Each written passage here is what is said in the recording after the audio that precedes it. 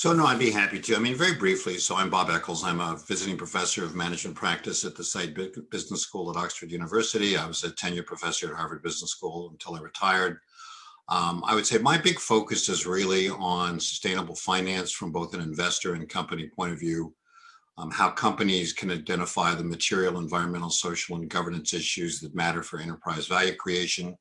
Also, more broadly, the impact on society through the lens of the Sustainable Development Goals. And then on the investor side, what should they be thinking about to deliver the long-term returns that they need for their beneficiaries? And obviously, this topic of disclosure turns out to be very important, because if investors aren't getting the information that they need from companies on environmental, social, and governance issues that are important for value creation, it will make it difficult for investors to make their decisions. So a lot of my work is really on reporting, on standards for reporting, on how companies and investors can integrate ESG issues into their core strategies, their core corporate strategies, and their core investment strategies.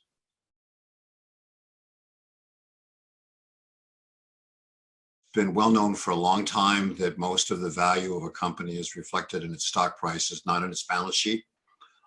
Regardless of the country, regardless of the industry, about 80% is so-called intangibles. Much of those intangibles are the human capital of the company. There's a group called Ocean Tomo, I think, that was one of the first ones to publish this. And so you're seeing a concern on the part of both companies and investors to make sure that they're managing their human capital in the most effective way. A couple of particular things that are interesting. You'll hear a lot of talk about millennials, that companies are not going to be able to hire millennials. They're not going to be able to get them as customers. They're not going to want to buy the stock if they don't think a company is committed to sustainability. So there's this broad issue of how a company communicates its commitment to sustainability to be able to hire the millennials, as I said. You also saw what happened in COVID-19, where a lot of the burden fell upon the less advantaged, whether it's in terms of emerging markets or whether it's in terms of kind of economic class. And so I think that really brought to the forefront the importance of human capital at all levels of the organization. And you saw things like the Securities and Exchange Commission in the United States, which is historically fairly conservative about disclosures outside of traditional financial reporting. They issued some guidance for companies to say, be a little bit more fulsome in your quarterly call. Don't just talk about the earnings, explain how you're managing this crisis, explain, what your longer term plans are. And you had, under the previous administration, under Jay Clayton, the former SEC commissioner, they came out with some high-level guidelines for reporting on human capital, which I think is, again, a very positive sign. They have an investor advisory committee. They did a lot of good work on that. One of the people supporting that is my friend, Ann Simpson, who's the director of governance and investment stewardship at CalPERS. And so you see a lot of enthusiasm and pressure really from the investment community for companies to be disclosing better and explaining how they're managing their human capital.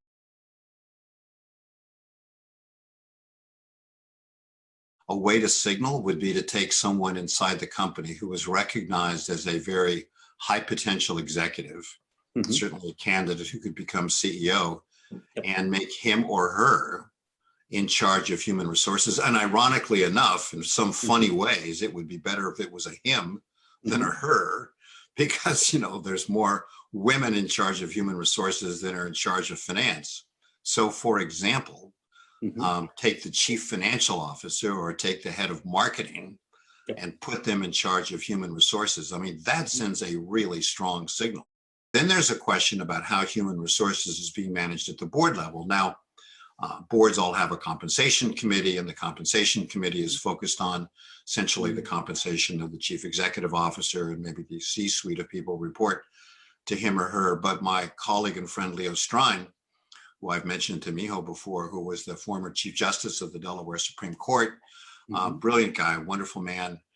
He's got a very interesting suggestion. You may want to talk to him, that the compensation committee of the board should be thinking about compensation for the entire organization, not just the CEO. So think about what kind of signal that is that you now have a board committee that is focused upon, the human capital through the lens of compensation, not just for the C-suite, but for everybody in the company. Are we making the proper investments? Are we creating the right kind of opportunities? Do we have the right people in the right jobs? It's obviously not the job of the board and the compensation committee to get into the details of managing. But if you had that kind of visibility and recognition and attention from the board of directors and the compensation committee about the human capital of the company in general, I think that's very powerful.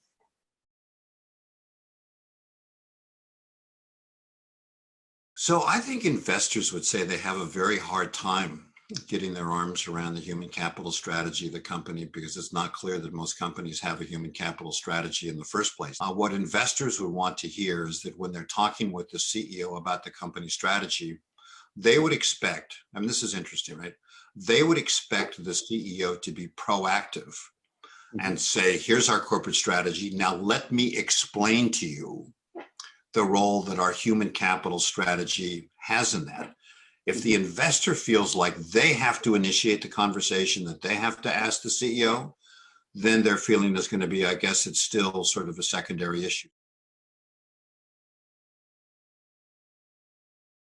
Japanese companies really are committed to sustainability as core to strategy, what their contribution is to enterprise value creation and society as a whole. They need to start with a statement of purpose, as I said, from their board of directors. It needs to be clear. It needs to be company specific. It can't read like the same statement of purpose from any other company in their industry. And it needs to be clear about trade-offs. And it would be very important to know when these trade-offs involve human capital or dividends, things like that, which one comes first. So I think they need to have a statement of purpose. I think that the CEO, I think that board members, they need to be able to explain to investors in clear terms what the company's human capital strategy is. I think they should think about having the compensation committee take on broader responsibility for compensation, not just for the executives, but for the entire population in the company and how that ties into human capital strategy. And I think companies need to be rigorous in thinking about the connectivity between human capital and financial outcomes.